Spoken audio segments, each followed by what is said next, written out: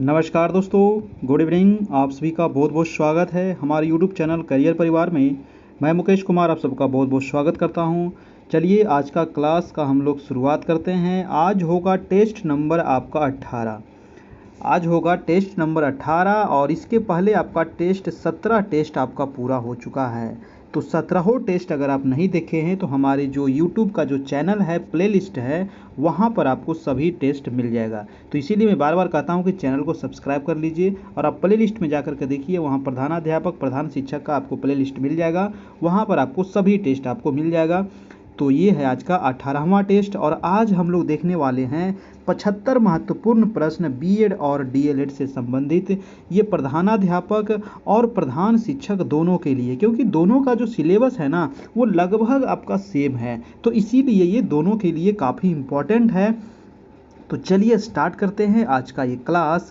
और ये हमारा व्हाट्सएप नंबर है और ये कॉन्टैक्ट नंबर भी है। आप इस नंबर पर संपर्क करके इसका जो पीडीएफ है वो आप प्राप्त कर सकते हैं। उसके लिए आपको मात्र 251 रुपये का आपको सहयोग करना है फ़ोन पे या गूगल पे के माध्यम से। इसी नंबर पर, ये आपको फ़ोन पे गूगल पे का भी नंबर है, व्हाट्सएप नंबर भी है, सब नंबर आपका यही है। तो इसी पे आपको पेमेंट करना है और आपको हमारे व्हाट्सएप ग्रुप से जुड़ जाना है। तो इसके लिए आपको हमारे व्हाट्सएप ग्रुप से जुड़ने के लिए आपको पेमेंट करना पड़ेगा, सहयोग करना पड़ेगा थोड़ा सा, ताकि आप हमारे ग्रुप से जुड़ सके। वहाँ पर आपको जो भी मटेरियल है, आपको वीडियो है, आपको पीडीएफ है और भी अदर बहुत सारा वीडियो आपको पीडीएफ आपको वहाँ पर आपको मिलते रहेगा। और सीटेट की भी क्लास चल रही है, तो सीटेट वाला है, जो लोग सीटेट की तैयारी कर रहे हैं वो भी आपको ज्वाइन कर सकते हैं। चलिए देखते हैं आज बीएलएड डीएलएड से संबंधित जो भी प्रश्न है यहाँ पर 75 प्रश्न, उसका पहला प्रश्न कह रहा है कि कौन सी पाठ्य सहगामी क्रिया तर्क शक्ति का विकास करती है। जी हाँ, बहुत इंपॉर्टेंट प्रश्न है। कौन सा जो पाठ्य सहगामी क्रिया है जिससे तर्क शक्ति का विकास होगा बच्चों में। तो ऑप्शन कह रहा है अभिनय, खेलकूद, निबंध लेखन या फिर वाद विवाद। तो वाद विवाद प्रतियोगिता से क्या होता है, तर्क शक्ति का विकास होता है। तो आंसर क्या हो जाएगा आपका, आंसर नंबर डी हो जाएगा। सभी लोग वीडियो को लाइक कर दीजिएगा और अपने अपने दोस्तों को शेयर भी जरूर कर दीजिएगा, ताकि उनको भी थोड़ा सा फायदा हो सके। प्रश्न है कि भगदड़ जैसी आपदाएं होती है। जी हाँ, तो भगदड़ जो मच जाता है, कभी कभी देखते होंगे बहुत ज़्यादा भीड़ है, कोई मेला लगा हुआ है, कोई सभा हो रहा है, वहाँ भगदड़ मच गई, तो ये आपदाएं कैसे होती है, इसका मेन कारण क्या होता है। ऑप्शन कह रहा है जागरूकता से, कुप्रबंधन से या फिर कड़ाई होने से या अधिक सुविधाओं से। तो भगदड़ कैसे मच जाता है, तो दो का हो जाएगा, कुप्रबंधन है, यानी कि जो वहाँ पर जो प्रबंध की जो व्यवस्था की गई है वो अच्छी नहीं है, तो इसके वजह से वहाँ क्या हो गया, भगदड़ मच गया, बहुत ज़्यादा जान माल की क्षति होती है आपको भगदड़ में। नेक्स्ट है आपका थर्ड नंबर, कह रहा है कि प्राथमिक कक्षाओं के बच्चों को पाठ्य पुस्तकें निःशुल्क उपलब्ध कराई जाती है। तो जो प्राथमिक कक्षा होते हैं बच्चे, यानी कि 1 to 5 है ना, तो उनको जो निःशुल्क जो पुस्तकें दी जाती है वो किसके द्वारा दी जाती है, भारत सरकार के द्वारा, राज्य सरकार के द्वारा, या जिला बेसिक शिक्षा अधिकारी के द्वारा, या फिर अभिभावक के द्वारा। तो प्राथमिक कक्षा में राज्य सरकार के द्वारा निःशुल्क उपलब्ध कराई जाती है पाठ्य पुस्तकें। ठीक है, आंसर हो जाएगा आपका बी नंबर। अगला प्रश्न चलते हैं आपका 4 नंबर प्रश्न कह रहा है कि लर्निंग कॉर्नर द्वारा बच्चों में गुण विकसित होता है स्वयं द्वारा। किसके द्वारा कह रहा है, लर्निंग कॉर्नर के द्वारा। तो ऑप्शन कह रहा है अवलोकन करने का गुण विकसित होता है, या फिर निरीक्षण करने का, या फिर निष्कर्ष निकालने का, या फिर उपयुक्त सभी। तो यहाँ जो आपका आंसर हो जाएगा वो हो जाएगा आपका उपयुक्त सभी का यहाँ पर विकसित होता है। नेक्स्ट है आपका 5 नंबर प्रश्न है कि वस्तुनिष्ठ परीक्षा की विशेषता नहीं है। तो वस्तुनिष्ठ परीक्षा की कौन सी विशेषता इसमें नहीं है। ऑप्शन है समय की मितव्ययिता, फलांकन की सुगमता, या पाठ्यक्रम की व्यापकता, या है डी नंबर रचना एवं प्रशासन की सुगमता। तो 5 का क्या हो जाएगा आपका, पाठ्यक्रम की व्यापकता वस्तुनिष्ठ परीक्षा की विशेषता नहीं मानी गई है। समय की मितव्ययिता है, फलांकन की सुगमता है, रचना एवं प्रशासन की भी सुगमता है। आंसर हो जाएगा आपका सी नंबर। चलिए नेक्स्ट देखते हैं आपका 6 नंबर। देखिए आपका जो क्लास है ना वो डेली चलता है रात में 9 बजे से। डेली रात में कितने बजे से है? तो 9 बजे से है। तो सभी लोग रात में 9 बजे आप तैयार रहिएगा एकदम 9 बजे से। अभी तक एक भी दिन क्लास नागा नहीं हुआ है। आज 18वां दिन है, कल होगा 19वां दिन। कल जो क्लास होगा वो सामान्य अध्ययन का होगा। एक दिन आपका बीएलएड डीएलएड से संबंधित होता है और एक दिन सामान्य अध्ययन का होता है। और 75 प्रश्न का भी सेट चल रहा है। फिर धीरे धीरे इसको हम 150 प्रश्नों का सेट हम चलाएंगे, ठीक है। तो धीरे धीरे हम आगे की ओर बढ़ रहे हैं। एक ही बार बढ़ जाएंगे तो दिक्कत हो जाएगा ना, धीरे धीरे हम आगे की ओर बढ़ रहे हैं। 6 नंबर का रहा है कि समस्या हमारी और हल भी हमारा। ये लक्ष्य है, किसका लक्ष्य है? मौलिक शोध का या फिर व्यवहारिक शोध का, क्रियात्मक शोध का या उपयुक्त सभी। तो 6 का आंसर हो जाएगा आपका सी नंबर, यानी कि क्रियात्मक शोध का ये लक्ष्य है। समस्या भी हमारी और हल भी हमारा, आंसर नंबर हो जाएगा आपका सी नंबर। नेक्स्ट है आपका 7 नंबर प्रश्न। कह रहा है कि शैक्षिक मूल्यांकन का अंग है। तो शैक्षिक मूल्यांकन का अंग इनमें से कौन सा है? ऑप्शन है व्यवहारात्मक अनुभव, प्रेरणात्मक अनुभव या स्मृति अनुभव या फिर अधिगम अनुभव। 7 का हो जाएगा आपका अधिगम अनुभव जो है ये शैक्षिक मूल्यांकन का अंग है। नेक्स्ट है आपका 8 नंबर प्रश्न। 8 नंबर कह रहा है कि परिकल्पना होती है। परिकल्पना क्या होती है? ऑप्शन है समाधान का पूर्ण अनुमान, बी है समाधान का बाद में अनुमान, या सी है शोध के मध्य में अनुमान, या डी है कोई अनुभव किया ही नहीं जाता। तो परिकल्पना क्या होती है? वो होता है समाधान का पूर्ण अनुमान। आंसर नंबर हो जाएगा आपका ए नंबर, ठीक है। इसका पीडीएफ के लिए आपको हमारे व्हाट्सएप ग्रुप से जुड़ना पड़ेगा। उसका नंबर आपको दे दिया गया है नीचे, और आगे भी मैं आपको बता दूंगा। कह रहा है कि मापन का सामान्य सिद्धांत किससे संबंधित है? तो मापन का जो सामान्य सिद्धांत संबंधित है वो संबंधित है आपको गणित विषय से। किससे संबंधित है? गणित से, यानी कि मैथ से संबंधित है, ठीक है। नेक्स्ट चलते हैं आपका 10 नंबर प्रश्न। 10 नंबर प्रश्न क्या कह रहा है कि व्याख्या उन तथ्यों, नियमों या अन्य संबंधों का स्पष्टीकरण है जिनको शिक्षक चाहता है कि श्रोता उसे समझे। यह कथन किसका है? जी हाँ, तो ये जो कथन है वो किसका है? तो ऑप्शन है रस्क का, डम्बिल का, या फिर रूसो का, या फिर विवेकानंद का। तो ये जो कथन है वो है आपका रूसो का, ठीक है। आंसर क्या हो जाएगा आपका सी नंबर।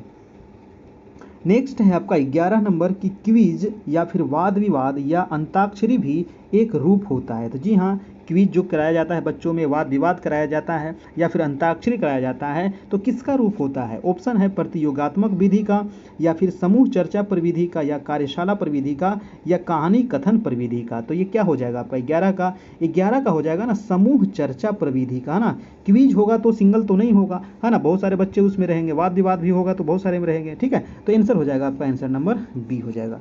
नेक्स्ट चलते हैं आपका 12 नंबर प्रश्न। कह रहा है कि प्रस्तावना कौशल का संबंध छात्रों के किससे होता है?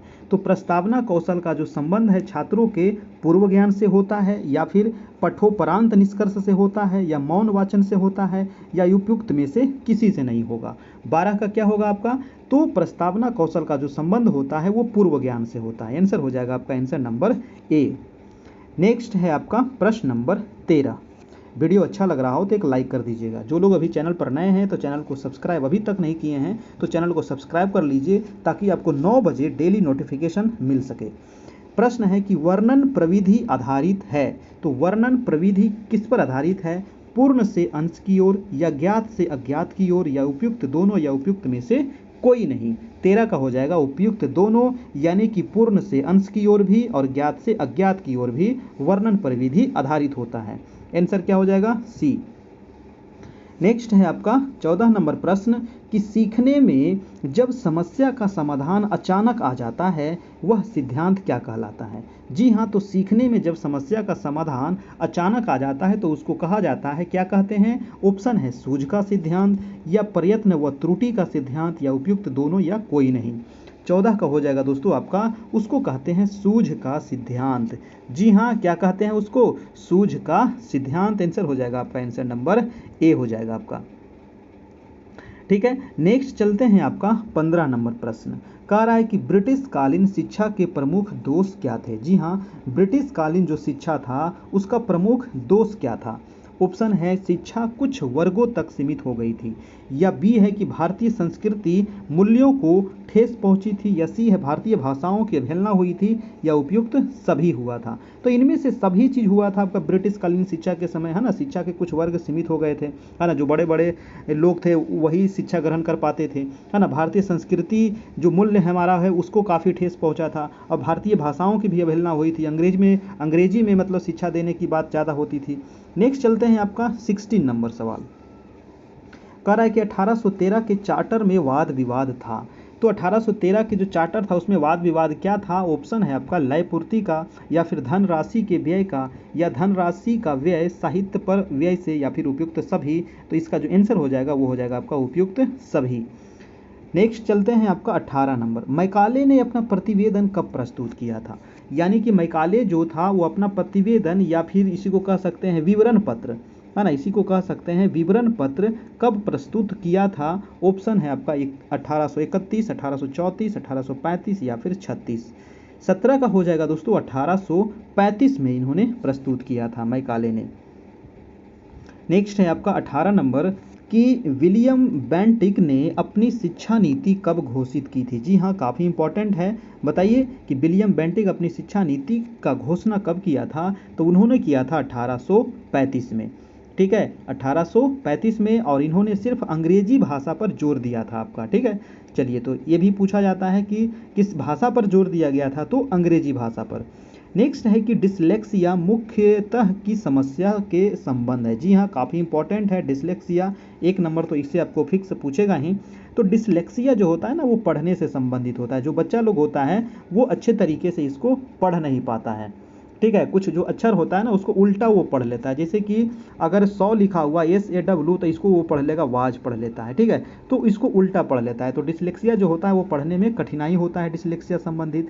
लिखने संबंधित क्या होता है? तो डिसग्राफिया होता है आपका, ठीक है। लिखने में अगर कठिनाई हो रहा है तो वो किससे ग्रसित है? तो डिसग्राफिया से ग्रसित है, ठीक है। अगर मैथ में अगर उसको समस्या आ रहा है तो वो डिसकैलकुलिया से संबंधित है आपका, ठीक है। तो ये चीज़ तीनों याद रखिएगा, तीनों में एक वो आपको जरूर पूछेगा एग्जाम में। नेक्स्ट है आपका 20 नंबर प्रश्न कि प्राथमिक स्तर के बच्चों का आकलन करने का सर्वश्रेष्ठ तरीका क्या है? जी हाँ, बहुत अच्छा सवाल है कि प्राथमिक स्तर के जो बच्चे हैं उसको आकलन करने का जो सर्वश्रेष्ठ तरीका है वो क्या है? तो ऑप्शन है आपका योगात्मक कार्य, या फिर पोर्टफोलियो, या फिर आवधिक परीक्षाएं, या फिर गृह कार्य। तो 20 का क्या हो जाएगा आपका? तो वो हो जाएगा आपका पोर्टफोलियो, आपका इसका सर्वश्रेष्ठ तरीका है। नेक्स्ट है आपका 21 नंबर। 21 का आ रहा है दोस्तों कि किसका कथन है? जी हाँ, तो कथन भी आपको पूछा जाएगा 5 से 7 प्रश्न। कह रहा है कि किसका कथन है कि व्यक्ति को शैक्षिक निर्देशन प्रदान करने का उद्देश्य छात्रों को उपयोगी पाठ्यक्रम सुनने तथा उसमें प्रगति करने में सहायता देता है। तो ये जो कथन है आपका रुथ स्टेग का है। किसका है? तो रुथ स्टेग का ये कथन है, याद रखिएगा। आंसर नंबर हो जाएगा आपका ए। अगला प्रश्न चलते हैं आपका 22 नंबर। वीडियो को सभी लोग लाइक कर दीजिए, है ना। जो लोग भी देख रहे हैं आप लोग जरूर से जरूर वीडियो को लाइक करें। नेक्स्ट सवाल है आपका 22 नंबर की कक्षा में एक प्रभावी शिक्षक अधिगम प्रक्रिया होती है। कक्षा में एक प्रभावी शिक्षक अधिगम प्रक्रिया होती है जब शिक्षक बच्चों के ज्ञान को पढ़ाई जाने वाली संकल्पना के साथ जोड़ने में सहायता करता है। तो इसके पार्श्व में निहित उद्देश्य क्या है? तो इसका उद्देश्य क्या है? तो ऑप्शन देखिए पुनर्बनल, या फिर ज्ञान का सहसंबंध एवं स्थानांतरण, या सी है व्यक्तिक भिन्नताएं, या डी है शिक्षार्थी स्वायत्तता। इसका जो आंसर हो जाएगा वो ज्ञान का सहसंबंध एवं स्थानांतरण, यानी कि आंसर नंबर हो जाएगा आपका बी नंबर, ठीक है। चलिए नेक्स्ट प्रश्न है आपका 23 कह रहा है कि सामाजिक तथा सांस्कृतिक विकास का सिद्धांत किससे संबंधित है? जी हाँ, तो सामाजिक तथा सांस्कृतिक विकास का जो सिद्धांत है ये कोहलबर्ग, वाइगोत्स्की, जीन पियाजे या फिर वाटसन। तो ये जो संबंधित है दोस्तों ये है आपको वाइगोत्स्की से संबंधित है, ठीक है। कौन सा? तो सामाजिक एवं सांस्कृतिक विकास। वेरी वेरी इंपॉर्टेंट प्रश्न है ये, तो आपको पूछेगा ही पूछेगा। देखिए कोहलबर्ग ने कौन सा सिद्धांत दिया था ये भी पूछा जाता है। तो नैतिक विकास का सिद्धांत जो है वो है कोहलबर्ग का। याद रखिएगा कोहलबर्ग का कौन सा सिद्धांत है? तो नैतिक विकास का सिद्धांत, ठीक है। नैतिक विकास का सिद्धांत कोहलबर्ग का है। जीन पियाजे का कौन सा सिद्धांत है? तो संज्ञानात्मक विकास का सिद्धांत। याद रखिएगा जीन पियाजे काफी इंपॉर्टेंट है। संज्ञानात्मक विकास का सिद्धांत जो है वो जीन पियाजे का है, या फिर इसी को कहते हैं विकासात्मक, है ना, इसी को कहा जाता है विकासात्मक। ठीक है, ये भी याद रखिएगा, विकासात्मक सिद्धांत। वाटसन का कौन सा सिद्धांत था दोस्तों? तो इन्होंने दिया था उद्दीपक अनुक्रिया सिद्धांत, है ना। वाटसन का क्या था? उद्दीपक अनुक्रिया सिद्धांत। वेरी वेरी इंपॉर्टेंट, सभी सिद्धांत आपको पूछा जाता है और पूछेगा भी। 2-3 सिद्धांत तो आपको फिक्स है कि पूछेगा ही पूछेगा। और कोहलबर्ग, जीन पियाजे, वाटसन, वाइगोत्स्की, है ना, स्पीयरमैन, ये सब तो काफ़ी फेमस है आपके। ठीक है, तो वाटसन का हो गया आपका उद्दीपक अनुक्रिया सिद्धांत, या फिर इसी को कहते हैं व्यवहारवादी सिद्धांत। ठीक है, तो दोनों आप ध्यान रखिएगा। तो सामाजिक और सांस्कृतिक विकास किसका हो गया? आपका वाइगोत्स्की का। नेक्स्ट पे चलते हैं आपका 24 नंबर। एक वीडियो मैं डालूंगा जिसमें आपको जितना भी कोहलबर्ग, वाइगोत्स्की, जीन पियाजे, स्पीयरमैन, वाटसन, जितने भी जो मनोवैज्ञानिक थे उससे जो संबंधित जो महत्वपूर्ण जो प्रश्न है वो आपको कल देखने को मिलेगा, है ना। तो कल हम एक अलग से एक वीडियो डालेंगे, छोटा सा वीडियो 10-15 मिनट का, जिसमें आपको कोहलबर्ग से संबंधित जो प्रश्न पूछे जाते हैं, किस चीज़ पर यह प्रयोग किया था, कहाँ प्रयोग किया था, कब किया था, है ना, वाइगोत्स्की संबंधित या फिर जीन पियाजे से संबंधित जितने भी जो महत्वपूर्ण जो मनोवैज्ञानिक हैं उनसे संबंधित कल आपका वीडियो एक आएगा छोटा सा, और वो काफ़ी इंपॉर्टेंट वीडियो होगा, क्योंकि वहाँ से कम आपको, अगर उसमें हम 25 प्रश्न करते हैं तो 10 प्रश्न फिक्स है कि उसमें से आपको एग्जाम में पूछेगा। चलिए हम नेक्स्ट सवाल पहले इसको क्लियर कर लेते हैं। कह रहा है कि थ्रस्टन तथा लिकर्ट निम्न में से किसके मान से संबंधित है? थ्रस्टन तथा लिकर्ट जो है किसके मान से संबंधित है? तो ये बुद्धि से संबंधित है, या भी अभिवृत्ति, या मूल्य, या फिर व्यक्तित्व। तो 24 का क्या होगा आपका? 24 का आपका आंसर क्या होगा? तो आंसर हो जाएगा आपका अभिवृत्ति से संबंधित है आपका। ठीक है, आंसर हो जाएगा आपका आंसर नंबर बी। नेक्स्ट चलते हैं आपका 25 नंबर। काफ़ी इंपॉर्टेंट प्रश्न है 25। कह रहा है कि बुद्धि का तरल मोजेक मापक किसने दिया था? बहुत इंपॉर्टेंट है। तो बुद्धि का तरल मोजेक मापन ये किसने दिया था? तो ये कैटल महोदय दिए थे। किसके द्वारा दिया गया था? तो कैटल महोदय के द्वारा दिया गया था। ठीक है, देखिए गिलफोर्ड जो था ये क्या दिया था दोस्तों? तो संरचनात्मक बुद्धि सिद्धांत, है ना। गिलफोर्ड याद रखिएगा, संरचनात्मक बुद्धि सिद्धांत नोट कर लीजिए आप, तो ज़्यादा अच्छा रहेगा। और स्पीयरमैन क्या दिए थे? तो आपको बुद्धि के द्विखंड सिद्धांत, है ना, द्विखंड सिद्धांत कौन दिया था? तो आपको स्पीयरमैन दिया था। ठीक है, याद रखिएगा द्विखंड सिद्धांत। और एक खंड सिद्धांत कौन दिया था? तो बी ने, है ना, बी ने साइमन दिया था एक खंड सिद्धांत। ठीक है, तो ये सब याद रखिएगा, एक खंड, द्विखंड, तीन खंड, सभी पर आपको पूछा जाता है। नेक्स्ट है आपका 26 नंबर प्रश्न कि 16 पीएफ का प्रयोग किसके मापन हेतु किया जाता है? देखिए, तो 16 पीएफ का जो प्रयोग होता है वो होता है आपको किसके मापन के लिए? तो व्यक्तित्व के मापन के लिए। वेरी वेरी इंपॉर्टेंट प्रश्न है। जितने भी सवाल है ना, लगभग आपको एग्जाम में पूछा गया है और आगे भी पूछा जाएगा। ये सब प्रश्न हमेशा पूछा जाता है, डीएलएड, बीएड, या फिर आपको C TET, B TET, S TET जो भी होता है, यूपी टेट, तो ये सब में आपको हमेशा ये सब प्रश्न आपको देखने को मिलेगा, और यही सब सवाल आपको पूछा जाएगा आपको। तो 16 पीएफ किससे हो गया? आपका व्यक्तित्व से संबंधित हो गया, है ना। ये कौन दिया था? तो 16 पीएफ जो ये प्रयोग किया था, ये किया गया था रेमंड कैटल के द्वारा। ठीक है, तो ये कैटल महोदय के द्वारा ही आपको किया गया था। आपको रेमंड कैटल उसका पूरा नाम था। नेक्स्ट चलते हैं आपका 27 नंबर। 27 का रहा है कि निम्नलिखित में से कौन सा वाइगोत्स्की के सामाजिक सांस्कृतिक सिद्धांत पर आधारित है? जी हाँ, तो वाइगोत्स्की के सामाजिक सांस्कृतिक सिद्धांत पर कौन सा आधारित है यहाँ पर? तो ऑप्शन है अंतर्दृष्टि अधिगम, बी है सक्रिय अधिगम, सी है पारस्परिक शिक्षा, या फिर आपका डी है संस्कृति निरपेक्ष संज्ञानात्मक विकास। 27 का क्या हो जाएगा दोस्तों? तो 27 का हो जाएगा आपका पारस्परिक शिक्षा से संबंधित है आपका वाइगोत्स्की का। ठीक है, आंसर नंबर हो जाएगा आपका सी नंबर। और चलते हैं 28 नंबर। देखिए 28 नंबर प्रश्न में कुछ यहाँ पर छूट गया है टाइपिंग में, तो इसको हम डिलीट करते हैं, हम आगे बढ़ते हैं थोड़ा सा। ठीक है, चलिए 29 नंबर प्रश्न को हम देख लेते हैं कि विद्यालय में संधि है। जी हाँ, तो विद्यालय में कौन सा संधि है? तो विद्यालय में दीर्घ स्वर संधि होता है। आंसर हो जाएगा आपका आंसर नंबर ए हो जाएगा। नेक्स्ट प्रश्न है आपका 30 नंबर की शुद्ध वाक्य का चयन करें। देखिए कुछ प्रश्न यहाँ पर हिंदी का भी दे दिया है, तो इसको भी थोड़ा सा देख लीजिए। शुद्ध वाक्य का यहाँ पर शुद्ध वाक्य इनमें से कौन सा है? तो इसका जो शुद्ध वाक्य हो जाएगा वो हो जाएगा राजन की आदत बड़ी खराब है ना। तो ये आंसर हो जाएगा आपका बी नंबर।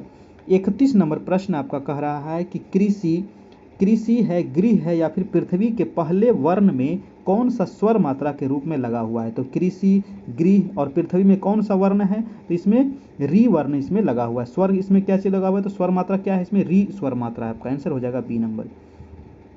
अगला है 32 नंबर की आत्म उत्सर्ग लगाने से क्या बनेगा? तो देखिए उपसर्ग कहाँ लगता है? उपसर्ग तो पहले लगता है और प्रत्यय बाद में लगता है। तो आत्म लगने से क्या बन जाएगा?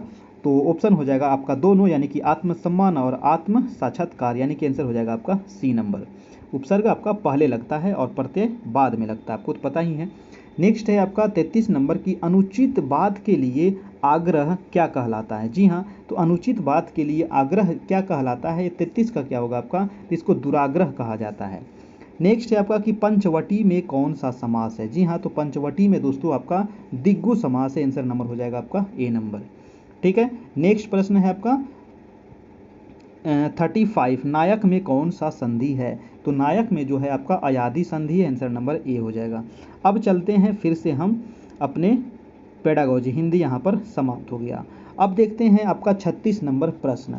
36 नंबर प्रश्न कह रहा है कि यदि एक बालक कक्षा में स्वच्छता के साथ नहीं आता है तो आप क्या करेंगे? जी हाँ, अगर बालक जो स्वच्छता के साथ स्कूल में नहीं आया तो आप क्या कीजिएगा? उसे डांट लगानी चाहिए? बिल्कुल नहीं डांट लगाना है। शाला से निकाल देना चाहिए? बिल्कुल नहीं, उसको भी पाठशाला से नहीं निकालेंगे।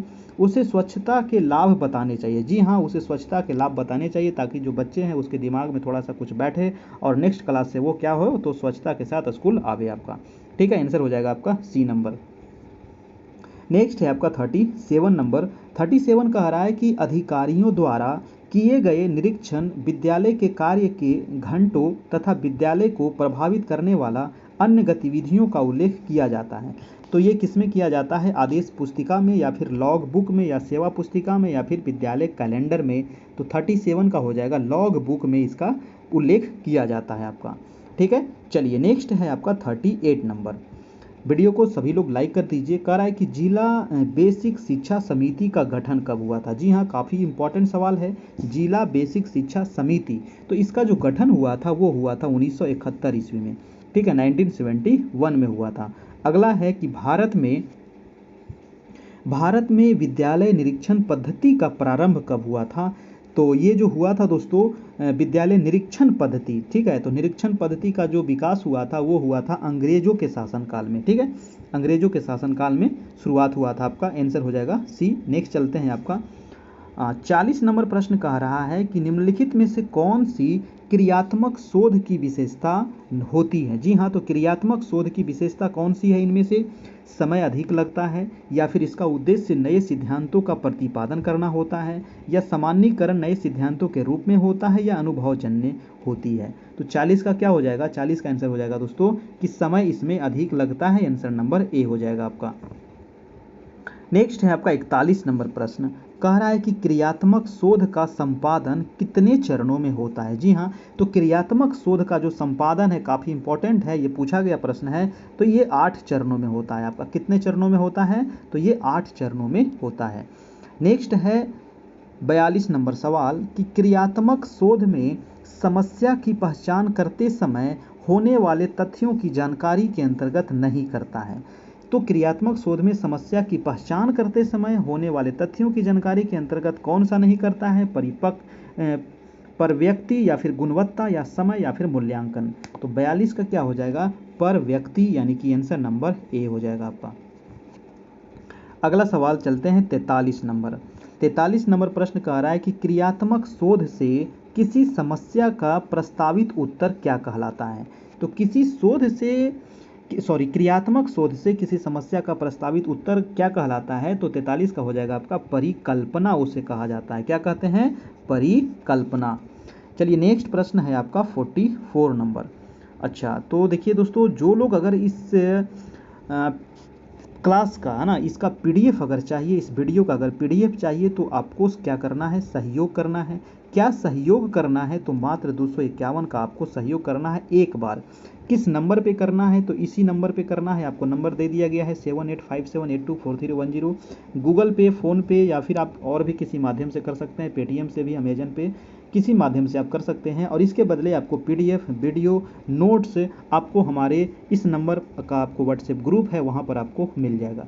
आपको पेमेंट करके आपको स्क्रीनशॉट भेज देना है इसी नंबर पर, फिर आपको वहाँ पर सभी क्लास का आपको PDF मिल जाएगा और आगे भी निरंतर आपको मिलते रहेगा। चलते हैं हम नेक्स्ट प्रश्न पर। आपको 44 नंबर, यहाँ प्रधान शिक्षक की आपको पूरी तैयारी करवाई जाएगी, आपको कहीं भी जाने की ज़रूरत नहीं है। अभी देखिए DLED से संबंधित, आपका BEd से संबंधित हो रहा है, समान अध्ययन आपका चल रहा है। हम और भी कल एक नया वीडियो डालेंगे जो आपको मनोवैज्ञानिक से संबंधित होगा, वो काफ़ी इंपॉर्टेंट वीडियो होगा। उसके अलावे अब 2-4-10 दिन रुक जाइए, 10 दिन के बाद हम आपको मैथ रीजनिंग का भी अलग से वीडियो फिर हम प्रोवाइड करेंगे। तो यहाँ पर से आपको कहीं भी जाने की ज़रूरत नहीं है, सारा क्लास का तैयारी आपको यहीं पर हो जाएगा आपका। 44 नंबर प्रश्न हम देखते हैं। कह रहा है कि शिक्षण को आनंददायक, मनोरंजक और रुचिपूर्ण बनाने हेतु उत्तम प्रविधि क्या है। तो क्लास को हम कैसे आनंददायक बनाएंगे, मनोरंजक बनाएंगे या फिर रुचिपूर्ण बनाएंगे। तो ऑप्शन कह रहा है कि व्याख्यान विधि से, या फिर खेल गतिविधि से, या फिर स्पष्टीकरण से, या फिर अवलोकन एवं निरीक्षण प्रविधि से। देखिए बच्चे लोग को खेल बहुत ज़्यादा पसंद होता है ना, तो खेल विधि से इसका हम आनंददायक बना सकते हैं। आंसर हो जाएगा आपका आंसर नंबर बी। ठीक है, 44 का हो जाएगा आपका बी नंबर। नेक्स्ट चलते हैं आपका 45 नंबर। कह रहा है कि शिक्षण प्रविधियों के प्रकार हैं। तो शिक्षण प्रविधि के प्रकार क्या है, प्रश्नोत्तर, वर्णन, कहानी कथन, या फिर इनमें से सभी। तो इनमें से सभी हो जाएगा, है ना, इनमें से सभी हो जाएगा, आपका आंसर नंबर डी हो जाएगा। नेक्स्ट प्रश्न है आपका 46 नंबर। 46 कह रहा है कि शिक्षण एक उद्देश्य निर्देशित क्रिया है। शिक्षण क्या है, तो एक उद्देश्य निर्देशित क्रिया है, यह किसने कहा है। काफ़ी इंपॉर्टेंट है। तो ये किसने कहा है, A.L. गेज, या फिर रायबर्न, या फिर B.O. स्मिथ, या फिर सिकॉर्ड।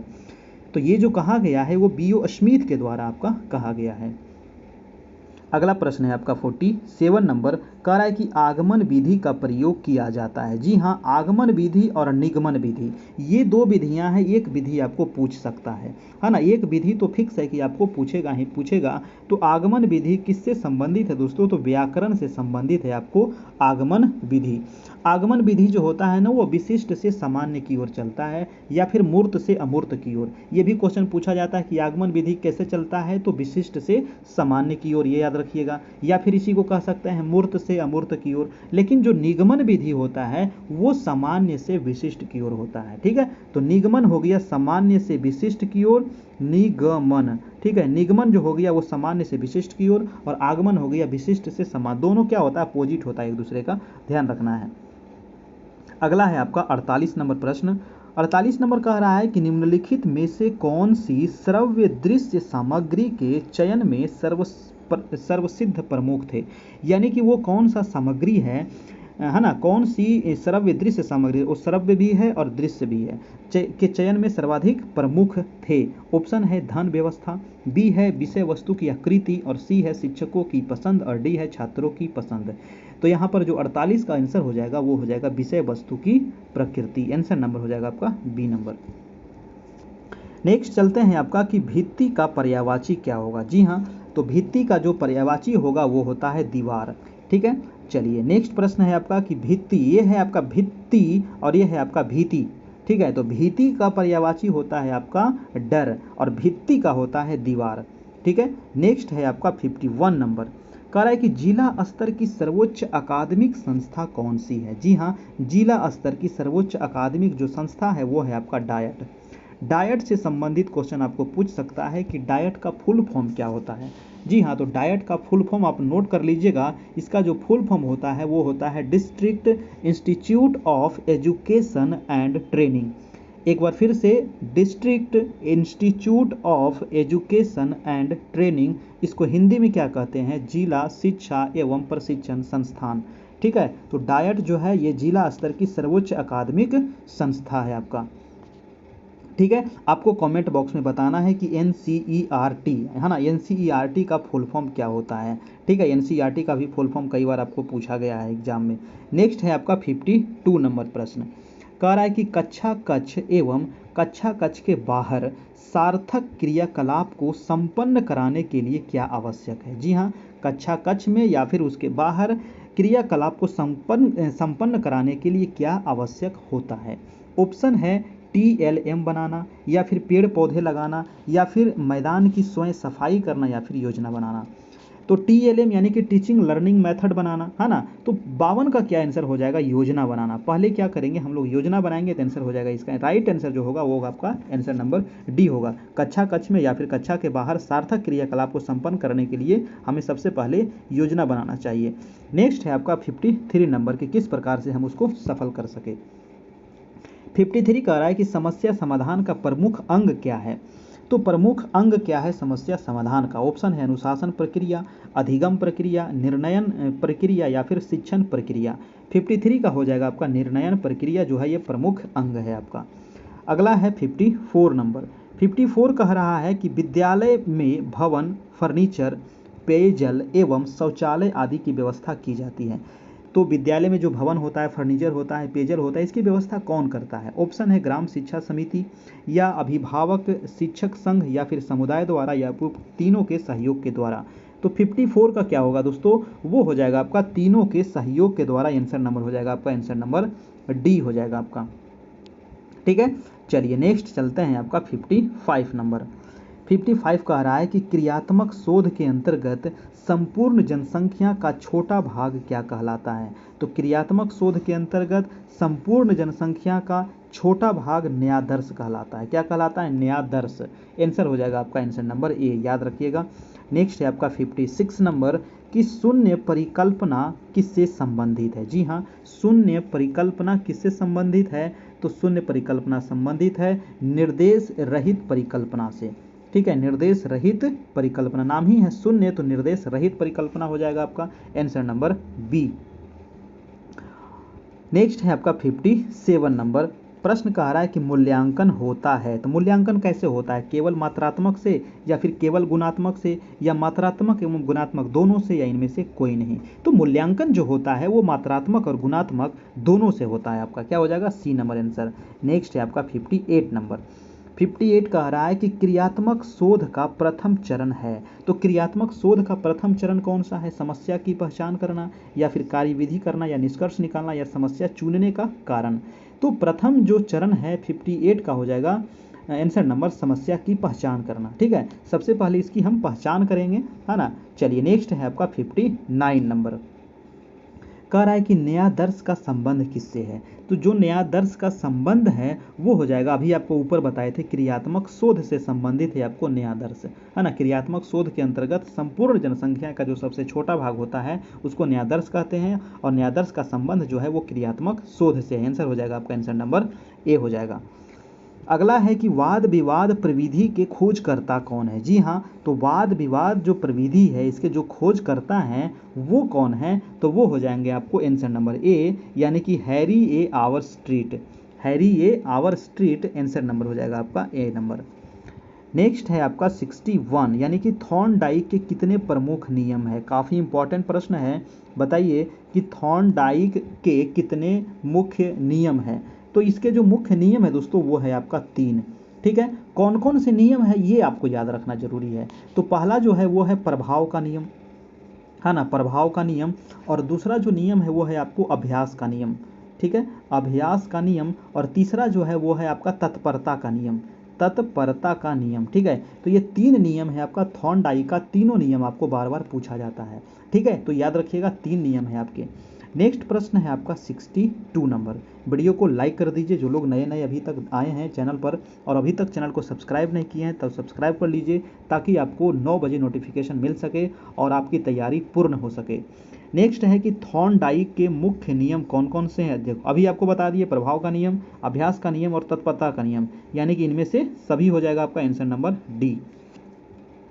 नेक्स्ट है आपका 63 नंबर।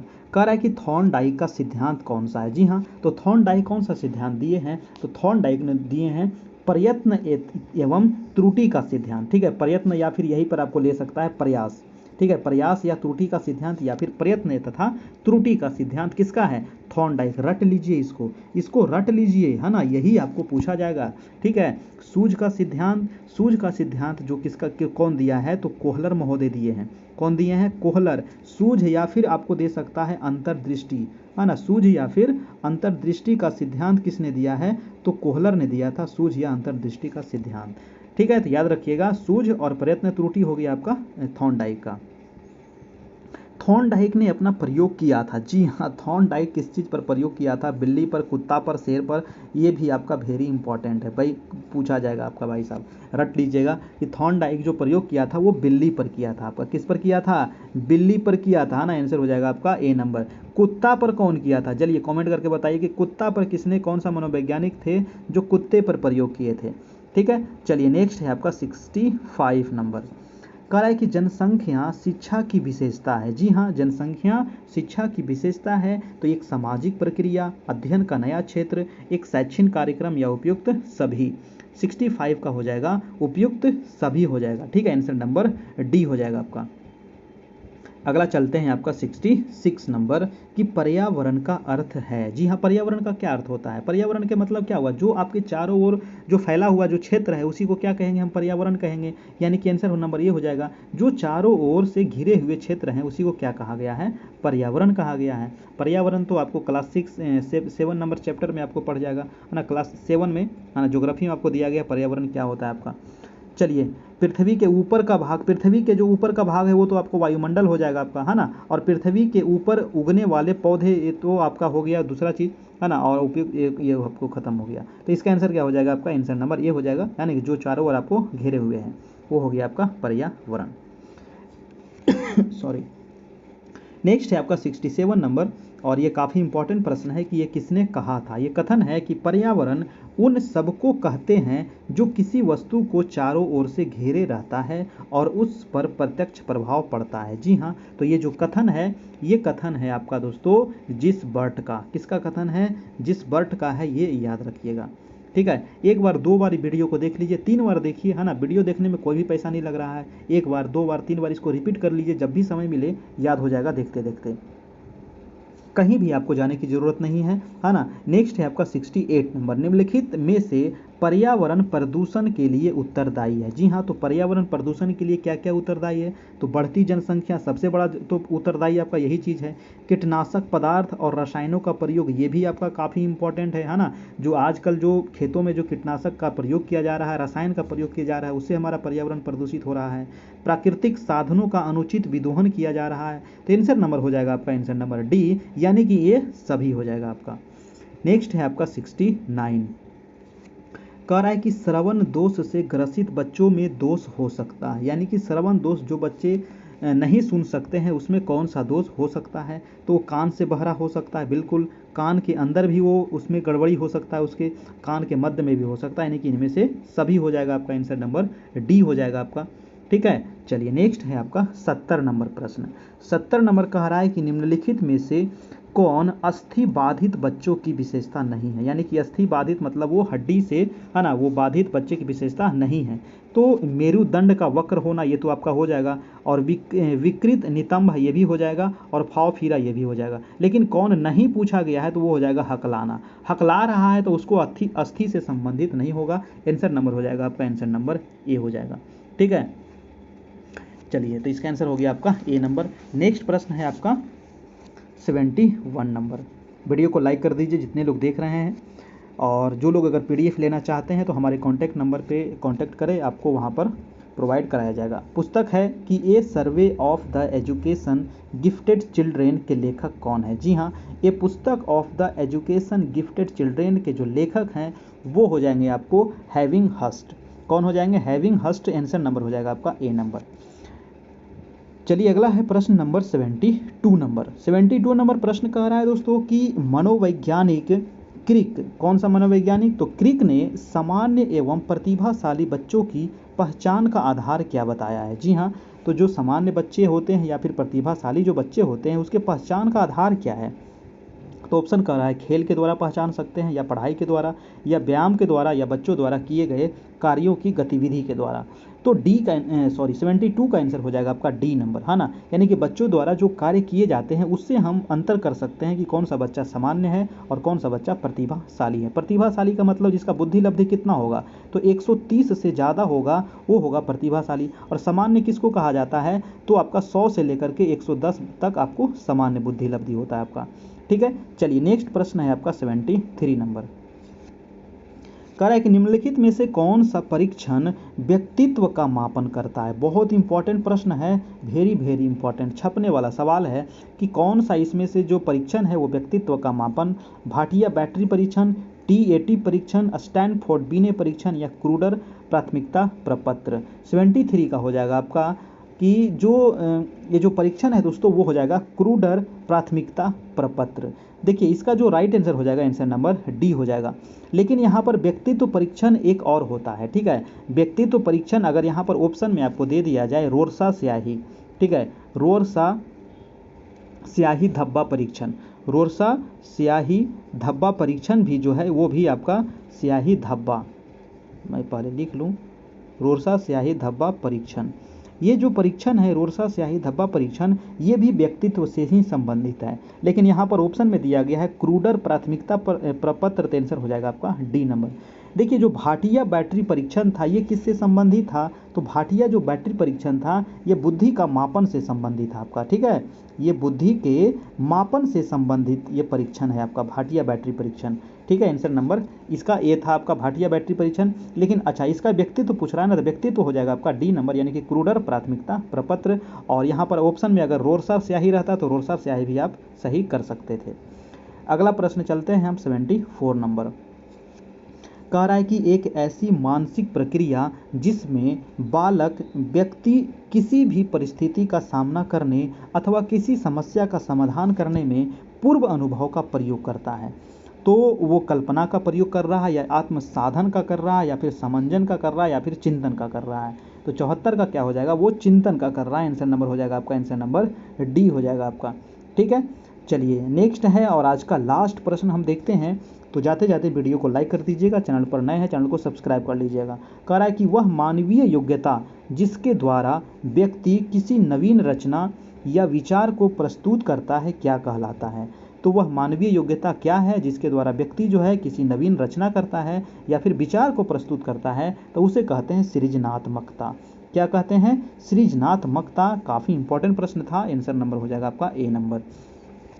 तो ये रहा आज का 75 प्रश्न जो आपका काफ़ी इंपॉर्टेंट प्रश्न था। DLED BEd से संबंधित प्रधान शिक्षक और प्रधानाध्यापक उसका आंसर दे दिया गया है। और इसका जो लोग अगर आप इसका PDF चाहिए तो आप लोग को मात्र 251 रुपये का यहाँ पर सहयोग करना है इस नंबर पर गूगल पे या फ़ोन पे के माध्यम से। फिर आपको हमारा इसी नंबर व्हाट्सएप पर आपको स्क्रीनशॉट भेज देना है, जहाँ पर आपको हमारे ग्रुप से जोड़ दिया जाएगा और वहाँ पर आपको PDF वीडियो और जो भी नोट्स है, बहुत सारा आपको अदर नोट्स आपको वहाँ पर प्रोवाइड कराया जाता है, तो वो भी आपको वहाँ पर मिलते रहेगा। आपको कहीं भी बाहर जाने की ज़रूरत नहीं है, आराम से आप यहाँ से तैयारी कर सकते हैं। और तो आज का दोस्तों ये जो टेस्ट था आपका समाप्त हो गया और सीटेट की भी क्लास चल रही है। तो आज जो टेस्ट था वो आपका 18वां टेस्ट था, आपका 18वां टेस्ट समाप्त हो गया 75 प्रश्नों का DLED और BEd से संबंधित। नेक्स्ट जो टेस्ट होगा वो होगा आपका सामान्य अध्ययन से संबंधित। तो हमारा यही प्रयास है कि एक दिन हम सामान्य अध्ययन का टेस्ट लेंगे और एक दिन हम BEd और DLED का टेस्ट लेंगे, ठीक है, ताकि दोनों की तैयारी आपको समानांतर होते रहे, ठीक है। और एक वीडियो हम अभी लाएंगे जिसमें आपको थॉर्नडाइक, स्पीयरमैन है ना, कोहलर, उनसे संबंधित जो भी मनोवैज्ञानिक है, जो मेन जो आपको सिलेबस में दिया गया है उससे संबंधित एक छोटा सा वीडियो लाएंगे मात्र 10-15 मिनट का। और उसमें काफ़ी इंपॉर्टेंट प्रश्न रहेगा, मात्र 25 प्रश्न लगभग रहेगा, 20-25 प्रश्न, 5 से 10 प्रश्न आपको फिक्स है कि वहाँ से आपको एग्जाम में पूछेगा ही पूछेगा, ठीक है। तो उसको ज़रूर से ज़रूर आप लोग देखिएगा, 2 बार 4 बार देखिएगा, पूरा याद हो जाएगा। उसका भी PDF हम आपको डाल देंगे आपको ग्रुप में, ठीक है। तो ग्रुप में आपको ज्वाइन करने के लिए आपको बता दिए हैं क्या क्या करना है। तो आप लोग बने रहिए हमारे से, चैनल से बने रहिए। और अभी तो शुरुआत है, अभी आगे आगे देखिए क्या क्या होता है, बहुत अभी तैयारी करना बाकी है। अभी तो मात्र 18 क्लास हुआ है, अभी तो लगभग बहुत ज़्यादा क्लास होगा। जब तक एग्ज़ाम ना हो तब तक आपकी ये क्लास चलते ही रहेगी ठीक है दोस्तों। तो फिर हम मिलेंगे कल नेक्स्ट वीडियो में इसी समय इसी चैनल पर। तब तक के लिए good night, goodbye, take care.